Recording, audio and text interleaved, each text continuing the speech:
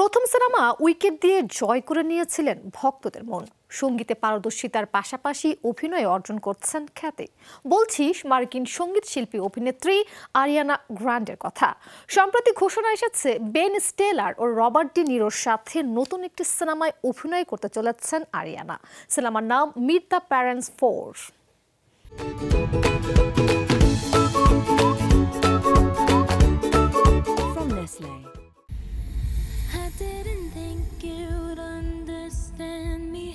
বেশ অল্প বয়সী সঙ্গীতের মাধ্যমে বিশ্বব্যাপী জনপ্রিয়তা পেয়েছেন আরিয়ানা গ্রান্দে। এই সঙ্গীত শিল্পী বলেছিলেন তিনি শিল্পের প্রতিটি ক্ষেত্রেই রাখতে চান নিজের প্রতিভার ছাপ। তবে উইকেট সিনেমা সাফল্যের পর সঙ্গীত থেকে নিজেকে কিছুটা দূরে রেখেছেন তিনি, এমনটাই জানিয়েছিলেন এই অভিনেত্রী ও সঙ্গীত শিল্পী।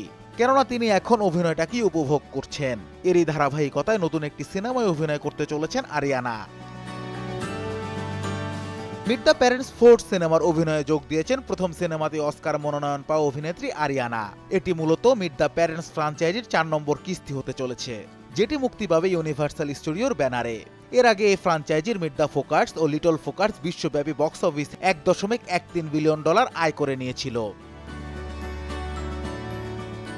চতুর্থ কিস্তির গল্প এখনো গোপন রাখা হয়েছে। তবে সিনেমার প্রযোজক জেন রোজেনথাল জানান, আগের কিস্তিগুলোর সাথে মিল রেখেই তৈরি করা হয়েছে মিট দ্য প্যারেন্টস 4 এর চিত্রনাট্য।